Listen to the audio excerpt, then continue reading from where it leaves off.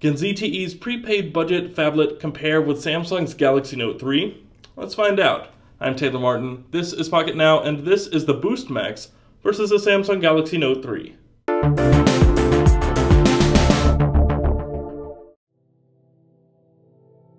The Galaxy Note 3 is considered by many to be the king of the extra-large smartphone space. Competitors have all tried their hand at making so-called phablets, and few have truly stood a chance when compared to Samsung's oversized superphone. But practically everyone to date has tried to beat Samsung at its own game, packing the best of the best into a slim, trim, lightweight package, then slapping a premium price tag on it. ZTE, while breaking into the US smartphone market, aims to change that. Enter the Boost Max on Boost Mobile. We're here to see if the Boost Max is a worthy phablet contender. Can the Boost Max be to the Note 3 what the Moto G is to the Moto X? Or does price make all the difference in the oversized category? Let's find out as the Boost Max and Galaxy Note 3 go head to head. We don't need to harp on the hardware and design of these two phones too much. The Galaxy Note 3, like most Samsung devices, is made almost entirely of lightweight plastics, but this particular model was the first handset with the faux leather backing and stitching that we've now seen take over Samsung's product line of late. The chrome-like plastic trim, odd navigation button configuration, and the S Pen, which tucks into the lower right corner of the device, all come together to make a top-tier phone. The Boost Max does a decent job of mimicking that top-tier look and feel, while still being made mostly of plastic. But let's be clear, there is a significant difference in the level of finish of these two phones. The Galaxy Note 3 feels premium and rigid. The Boost Max may not be flimsy, but it feels hollow, and it just doesn't feel as premium as the Note. It's visibly cheaper, though when you factor in the price, ZTE deserves some commemoration for making a device of this caliber and selling it for so cheap. An unfortunate side effect of cutting costs to keep price down, however, is visible in the physical footprint of these devices. The Note 3 is considerably smaller in every dimension despite featuring the same display size. It's 8mm shorter, 2.1mm narrower, 1.1mm thinner, and 33.3 grams lighter. And that makes the Note 3 markedly easier to wield and use. The story grows a little more bleak when we take a look at the bits and pieces which come together to make these phones. And if you get down to the nitty-gritty, the differences in cost and, likewise, price are apparent throughout. The Galaxy Note 3 is widely accepted as having some of the best specifications on the market. A gorgeous 5.7-inch 1080p Super AMOLED display, 3GB of RAM, 32 or 64GB of fixed storage, and, of course, the monster Snapdragon 800 chipset, with the quad-core Crate 400 CPU clocked at 2.3 GHz. The specs of the Boost Max are more in line with those of the Moto G than its phablet counterparts. It only comes with 1GB of RAM and 8GB of fixed storage, and it's fitted with a Snapdragon 400 SoC. The CPU is dual-core and clocked at 1.2 GHz. The two phones do share the same battery capacity, 3200 mAh. Both also come with microSD card slots, but the Note 3's camera is rated at 13 megapixels to the Max's 8. The Max has no NFC while the Note 3 does, and band support limits the Max to Boost Mobile or Sprint's network here in the US, while the Note 3 is available in several flavors globally. But arguably the largest difference between these two handsets are what make them so large in the first place: the displays. Little needs to be said about how vibrant, sharp, and gorgeous the 1080p Super AMOLED panel on the Note 3 is. It's fantastic, but the 720p LCD on the Boost Max is a totally different story. At first glance and at a distance, it doesn't look so bad, but upon further inspection we quickly noticed pixelation around the edges of icons and text, light bleeding issues, narrow viewing angles, and the temperature of the display. For what it's worth, the Boost Max is built exceptionally well when you consider the price. But after just a few minutes with it in your hands, the amount of sacrifices made to create this device are quite clear, and it should come as no surprise that the Note 3 has much more to offer, for over double the price.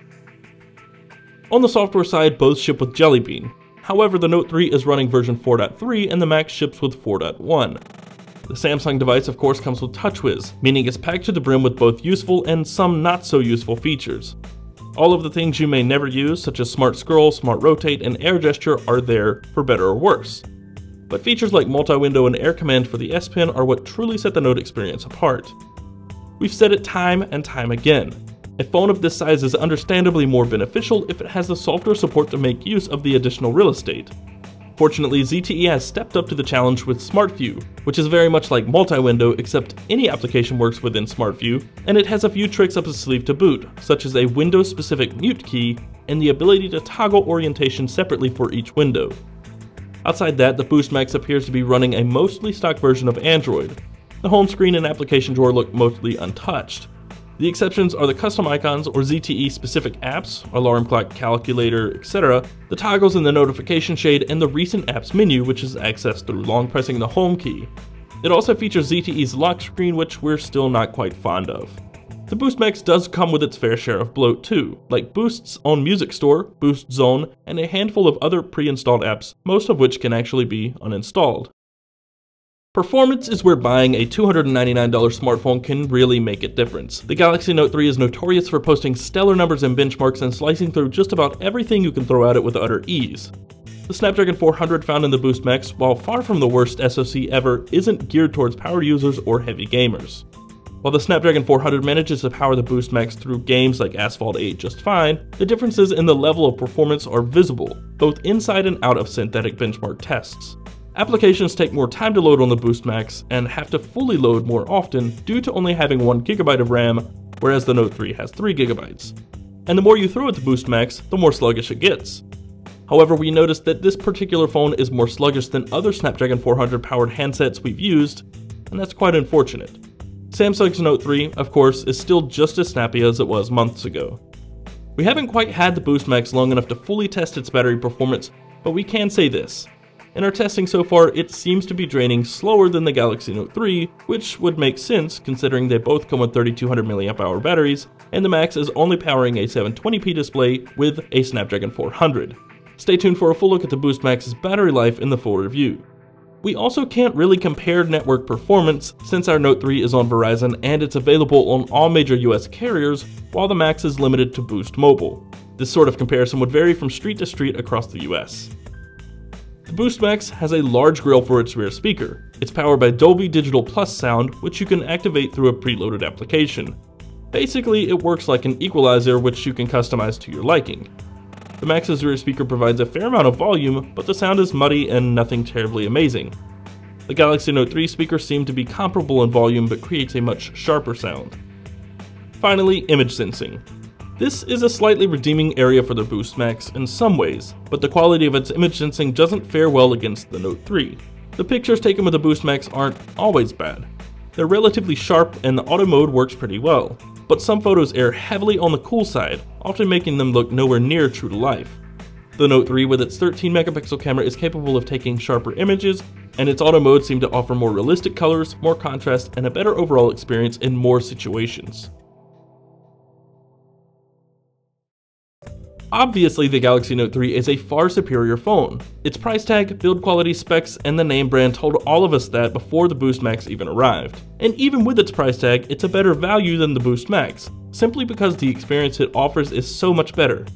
But that doesn't mean the Boost Max is a bad phone, or even a bad deal. It's simply targeting a far smaller demographic, those who want a balance between a smartphone and a tablet and really don't want to spend a lot of money at all. When you're looking to only spend $300 on a no-contract smartphone, you have to manage your expectations. If you do, you'll see the Boost Max really isn't all that bad. It's a far cry from the Galaxy Note 3 and the like, and it isn't quite the Note 3's Moto G since the performance is so spotty. But for the price, it's easily one of the best bargains in the prepaid ring. Folks, that's going to wrap up this week. If you enjoyed the video, be sure to click the thumbs up button below and subscribe to the channel to stay up to date on all the most current videos, as well as more Boost Max coverage over the next week. You can find us on your favorite social channel, Twitter, Facebook, and Google Plus at Pocketnow. I'm Taylor Martin. You can find me on Twitter at CasperTech, and I will see you next time.